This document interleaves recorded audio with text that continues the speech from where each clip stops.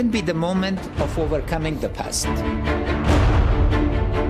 We are committed to this agreement to enforce it. We all come together for Islamic values around Afghanistan and for Afghanistan.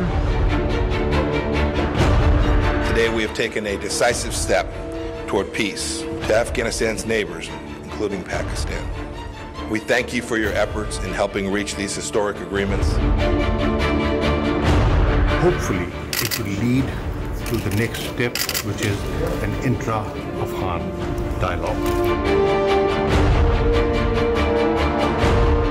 अस्सलाम वालेकुम नाज़रीन, आप programme रूबरू देख रहे हैं और ये ख़ुसूसी एपिसोड है। 40 साल से इस खित्ते में बदअमनी रही, खून रहा, यहाँ पर गोलियाँ चलती रहीं, यहाँ पर बाकायदा जंग रही। जी हाँ, मैं अफ़गानिस्तान की बात कर रहा हूँ। 40 साल के बाद अब अमन की उम्मीदें पैदा हुई हैं। अफ़गानिस्तान के अंदर अफ़गान तालिबान और फिर अमेरिका के दरमियान मुज़ाकरात का एक तवील सिलसिला चला, जिसके बाद एक मुआहदे की बात हुई। क्या हमसाए ममालिक इस मुआहदे से खुश हैं, इस डायलॉग से खुश हैं? कोई वाकई अमन की तरफ ये खित्ता बढ़ रहा है? क्या वो वक्त आ गया है कि अब अफ़गानिस्तान के अंदर मज़ीद खून नहीं बहेगा? पाकिस्तान के अंदर मुकीम अफ़गान महाजरीन अपने वतन वापस जा सकेंगे? ये बहुत सारे सवालात हैं जिनके जवाब पाकिस्तान के अंदर से भी आ रहे हैं, पाकिस्तान की सराउंडिंग से भी आ रहे हैं, अमेरिका से भी आ रहे हैं, नेटो से भी आ रहे हैं, अक़वाम मुत्तहिदा से भी आ रहे हैं। आज इस ख़ुसूसी प्रोग्राम में हमारे रूबरू हैं पाकिस्तान में तैनात तुर्की के सफ़ीर जनाब मुस्तफ़ा योर्दाकुल साहब। Thank you, Excellency. You spared time for us, and it's a very important issue that concerns to both Pakistan and Afghanistan. What is the view of the Turkish government on the Afghan Taliban and US talks and final conclusion? Well, first of all, welcome to our embassy. It's great to have you here. For Afghanistan and the recent developments, first of all, to put it in a context, Shaukat Bey, it is now we are all tired of this, wars and, quagmire in Afghanistan, which is, obviously affecting the whole region. 40 years is a very, very long time. It is not only devastating for Afghanistan, but we can see all the negative effects of this conflict in Pakistan, in the region, and in the wider geography. So it's a welcome news that now US and Taliban have come to a certain understanding. It's a welcome development, as I said, and but there is more to do about Afghanistan. Yes. It is not the end of the, a very long and I think it's a troublesome road ahead. We need to be very much attentive of this road ahead. What I mean is that... you mean challenges are there? Challenges are in front of us. As we all, whether we are neighbors or we are even any person sitting far off from Afghanistan, they are happy about this outcome. Of course. This agreement is now signed. But how do you comment that the United States has talked to, has negotiated with, to those against whom the US was bombing, he was killing them? How this process came to such a conclusion? For the domestic reasons, first and foremost, I think US needs some kind of going forward with some improvement with the situation in Afghanistan. And I think it's always better to talk rather than, fight and, war each other. This welcome development, inshallah, would be coupled with inter-Afghan dialogue. And taking this opportunity, I would like to reiterate our stance that if the parties are ready and willing, we might be very much, delightful to have those inter-Afghan talks, inter-Afghan dialogue in Turkey as a venue. So Your Excellency is offering that if all Afghans, they are willing, if they are ready, if they feel eager Turkey can host the consequent inter-Afghan talks? This is what I am offering. Actually, I am just repeating what my authorities have offered to the relevant parties, because Afghanistan is important, of course, for Pakistan, for the region, and for Turkey as well. We have long-standing commitments towards Afghan brothers. From the early days of their existence as independent states, we have brotherly relations like we have with Pakistan, with Afghanistan as well. Nowadays, I mean, as you know, the Kabul International Airport is under the Turkish, command and, operational maintenance, operational checks and all those stuff. Yes, we are doing it as part of the, NATO force, but our commitments are going well beyond those NATO commitments. We are offering, police training. Our social development agencies have spent more than $1 billion for the well-being of Afghan brothers and sisters up until now. And again, taking this opportunity, I would like to reiterate that as long as our brothers and sisters are happy with the Turkish presence there, we will be there for them. So it's a commitment for the brotherly people of Afghanistan, but there are also apprehensions because 40 long years is a long time that they have been fighting against each other. True. How optimistic you feel, given these challenges, that ultimately will be an absolute peace and calm in Afghanistan, because the purpose of all these talks and diplomatic activity is to ensure peace over there? Sir, I think there is one very key term that I should use here. It is the inclusiveness.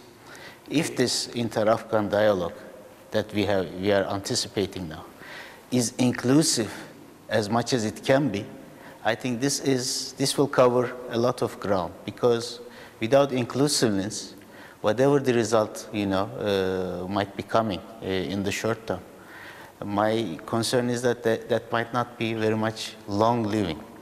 And there are certain achievements that international community and the Afghan administration has already achieved in Afghanistan. These should also be preserved. And but again, and of course, the support of the regional countries, like Pakistan is, doing all along the way, at later stages, should continue, and all the regional countries should back an inclusive atmosphere in Afghanistan. That's very important. And my question is also in the same direction, that, yes, please. For example, all the Doha talks, they were held between Afghan Taliban and the US representatives. Yes. The other political forces inside Afghanistan, including the current government, including people from north, from south, from southwest, I'm talking of Herat, yes. Mazar Sharif, then other provinces, or the people who were sitting in the government like President Dr. Ashraf Ghani or Dr. Abdullah, how they will come terms with any agreement which is signed between Afghan Taliban and the US forces? Sir, for that, I think these 40 years of conflict should give them a good lesson to all the parties, to all the ethnic groups, to all the political forces, that this situation is not sustainable. So in the lowest common denominator terms, they should come to an understanding.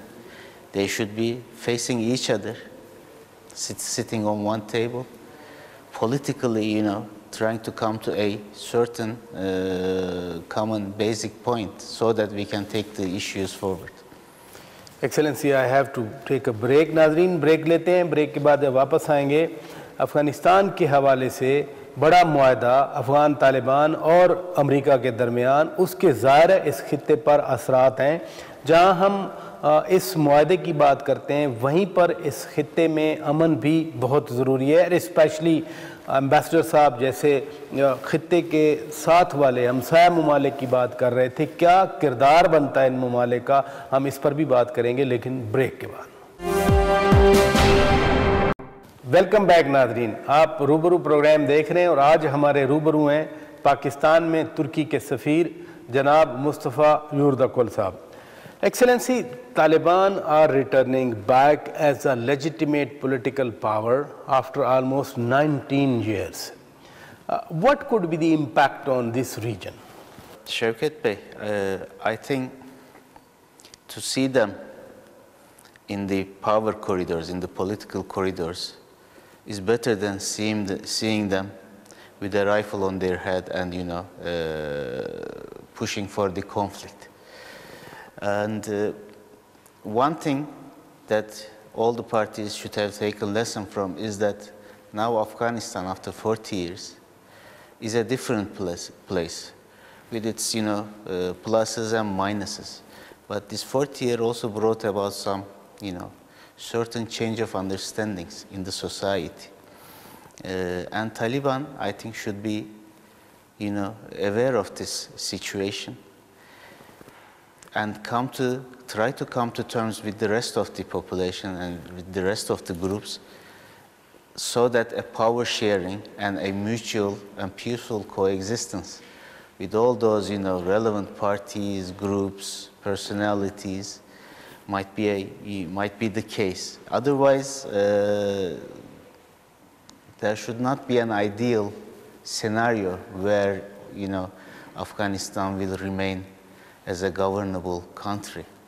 I hope Taliban also took lessons from what we all have gone through in the last 40 years. And when we talk of neighbors, Iran can speak for itself. Pakistan is part of some facilitation. Turkey has been a great proponent of peace inside Afghanistan. What about the Central Asian republics' reaction? Because there were some troubles in the past. And I personally, and we understand that Turkey is an elder brother of the Turkic-speaking people inside Central. What is their perception about this development? Sir, as far as, you know, I can gather, their number one concern is their security, because this is quite normal. Every country is very much, you know, sensitive about the security situation. That's their legitimate interest. Exactly.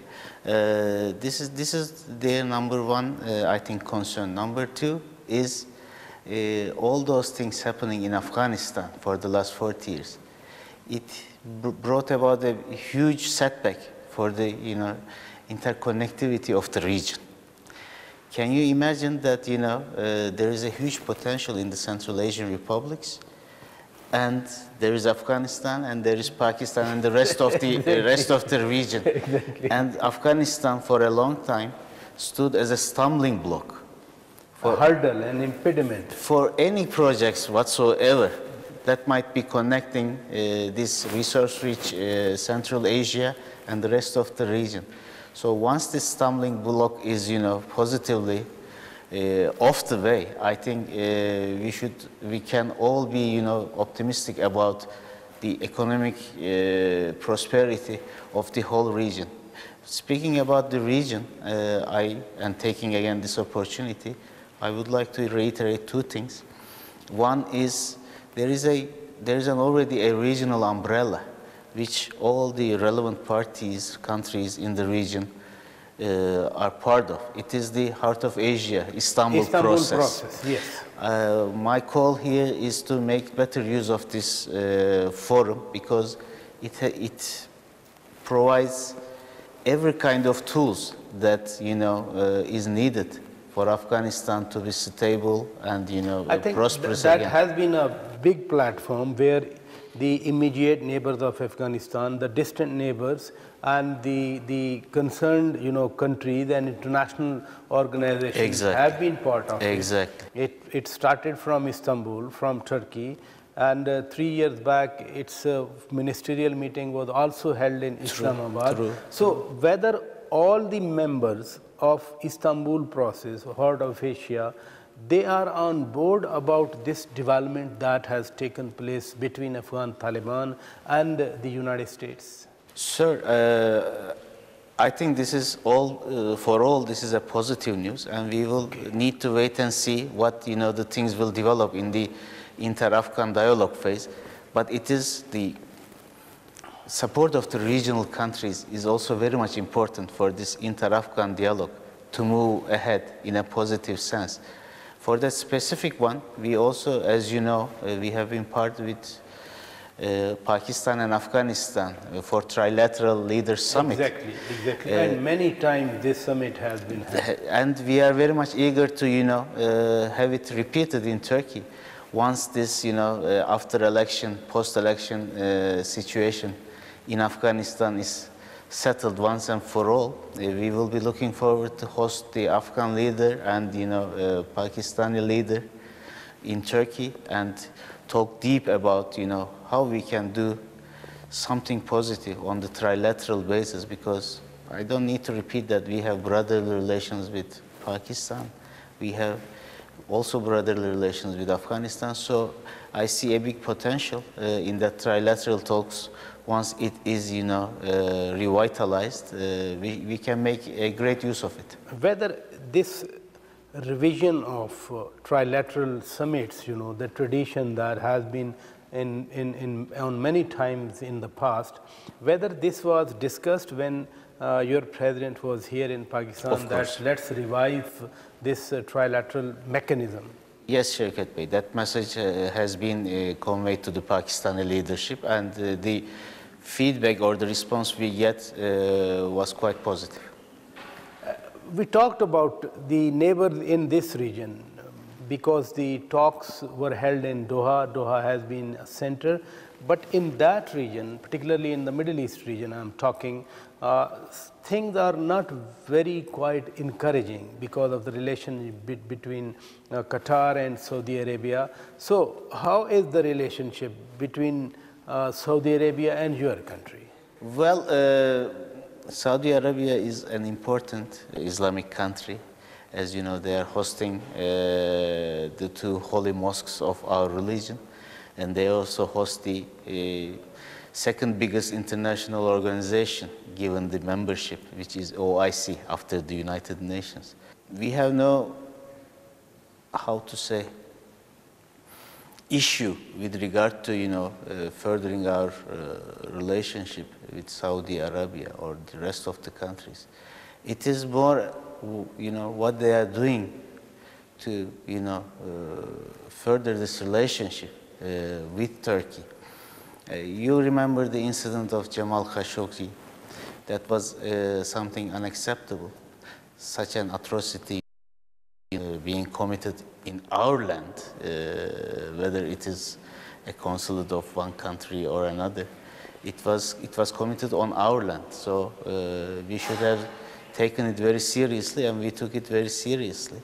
And now that issue is resolved and the relationship is normal between two brotherly Islamic countries? The issue is, we are still following the issue in the relevant international organizations, because this should not go unnoticed. The crime committed should be, on the agenda of all the relevant international organizations, and this is what we are after, and this is what we are doing.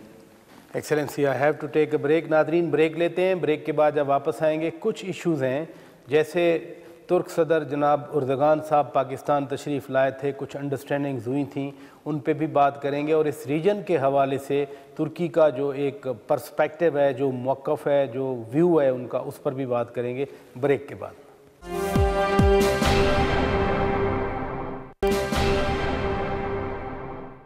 Welcome back Nadreen, रूबरू programme आप देख रहे हैं, और आज हमारे रूबरू हैं तुर्की के पाकिस्तान में सफ़ीर जनाब मुस्तफ़ा युर्दाकुल साहब। Excellency, it was indeed a great visit by your president to Pakistan. What is the follow-up of that visit? As you said, Shaukat Bey, it was really a great visit. Our delegation was satisfied, and as far as I can gather, the Pakistani government officials were also quite, happy and satisfied with the visit itself and with its result. In the result part, as you know, we have signed 13 documents with Pakistan. it covers almost all the walks of, economic trade and investment relationship, or, betterment of the infrastructure and railroads and all those stuff. So, as you say, follow-up is very important. This time, I noticed that both sides, the Pakistani ministers, our, executives, they were quite serious about the follow-up, and they have set some certain time frames for almost each and every agenda item, so that we can all be hopeful in the coming couple of months we can have some, concrete additional results from the last week's visit. Excellency, you rightly said that 13 documents they were signed, and among them one was the Strategic Economic Framework Agreement. But the critics of this relationship, great relationship between Turkey and Pakistan, dating back even to the formation of Pakistan, this relationship existed before Pakistan, but critics, including myself even, I do feel that the political relationship is skyrocketing. But when I compare the economic and trade relationship between two countries, two people, having a trade partnership of less than $1 billion, it's sometimes disappointing for me. I feel you. I mean, I understand what you say. But let's try to see the things a bit differently. Yes, alhamdulillah, we have a exemplary political and historical relationship, and it will stay forever. It is not even friendship. It is more than that. It's a bond. It's exactly, a bond between the two peoples, and it is what makes this relationship and bond very special and very strong. On the economic and commercial side, it's true that we are a bit lagging behind. The latest number is around $800 million bilateral trade volume. It is not satisfactory, I agree with you. But there is another dimension in the economic sphere. It is the investment part. For the investment part, I can tell you that there is a certain high-level appetite on the Turkish investors, which would like to either come to Pakistan or expand their operations in Pakistan. For that, what my call is to Pakistani authorities is that help us out to see more Turkish investments here in this country by putting a level playing field, not changing the rules time and again, or during the game. You cannot change the goalposts during the game. It changes everything. Exactly what, Excellency, you want to say? Whether when the governments change here, the agreements are changed? It's not about the government change. It's about the the will and the implementation of certain already existing agreements and Pakistani regulations. I mean, for example, I will not name the name, but one Turkish investor has concluded all the paperwork to come and make a joint venture with its very famous and very important counterpart. But the time they signed the contract, which was last year, from that time to today, some regulations, some budgetary implication measures, it has been changed, and it had taken off some certain incentives, tax breaks, or customs duty exemptions away. What I am trying to say is that this is not a good way to go forward. Whenever and this aspect was taken up during the highest level strategic cooperation council. Each and every concern and question of our Turkish investors have been brought to the attention of Pakistani executives. The good part is that we have received very positive replies that all those concerns and questions will be taken into account. There was greater excitement, and I never heard such observations or concerns when Shahbaz Sharif was Chief Minister of Punjab, because greater chunk of investment was more in Punjab than something in Sindh and other provinces. Whether the change of government caused any problems for the investors from Turkey? Şevket Bey, I mean, this is a question for the respective investor. But from my point of view, what I can say is that whenever it is between Turkey and Pakistan, what is important is the two countries and two peoples. We do not change our approaches, policies due to any changes in Pakistan. Pakistan is our brothers, and they will stay the same. So it's a relationship. It is G2G and people to people. People to people, and it doesn't need any particular government over there. Even I cannot do much to change it, whether I like it or not. It is so deep relationship. There was a misperception, or I should say excitement before this visit about some agreement that will give citizenship to each other people. I say it was a misperception, but still it was a great excitement that people of Turkey can have citizenship of Pakistan and Pakistani people can have citizenship of Turkey, dual nationality. Can you clarify what exactly has been on the papers?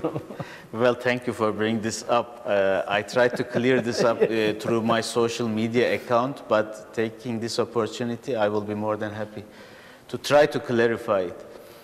Şevket Bey, Pakistan has agreements with some, I think 18 or 19 countries. Exactly, for dual nationality. For dual nationality, with the US, with the UK, with Australia, with Canada.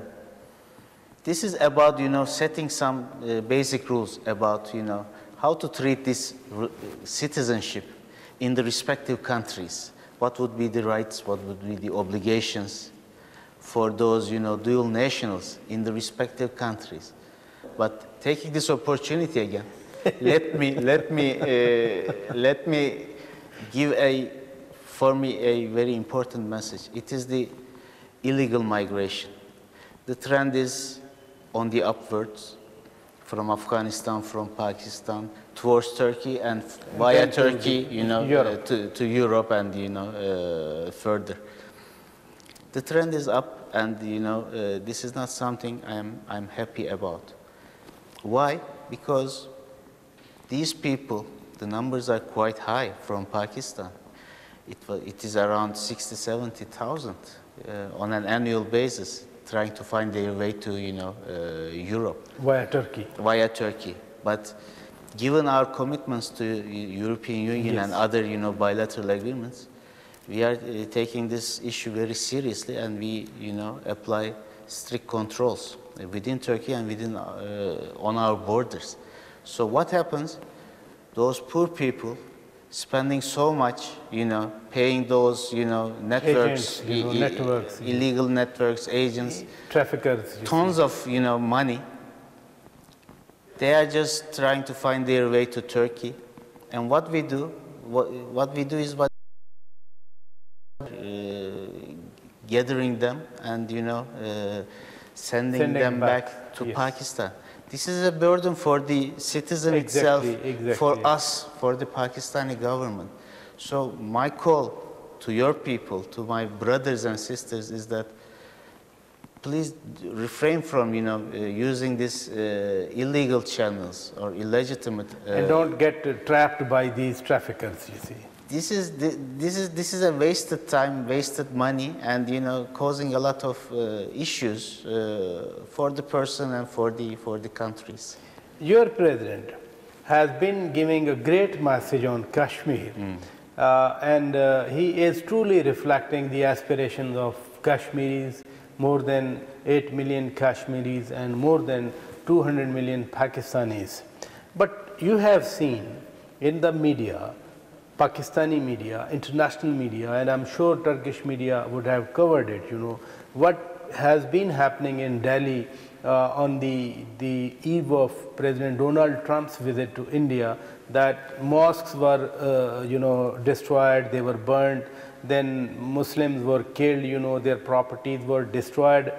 What it creates impressions in Turkey, Well, in Turkey, for our government, for our people, we try to feel all the pain and agony of any Muslim living in any third country as our own issue, because this is our understanding about what Islam or being a mu'min, teaches us. This is how we feel. That's why, we raise our voice when it comes to, Rohingya, when it comes to Palestine, when it comes to, other places. Kashmir, of course, those hot spots in the world in connection with the Muslim population. So we need to do it. We need to, also raise our voices through OIC, because OIC is set up. One of the objectives of, OIC is to, raise the issues of Muslims all around the world. So we try to be very active in the OIC and international platforms as well, to echo the voice of those who are suppressed and under pressure in the different parts of the world. For the latest incidents, of course, incidents in Delhi. In Delhi, I mean, I will limit myself because I'm not the Turkish ambassador in India, or I do not want to very much go into deep some internal matters, but it comes down to, when it comes down to the pressure against Muslim population and agony of them, I think we should at least call for the rest of the world to take notice of the issue and at least try to see this thing.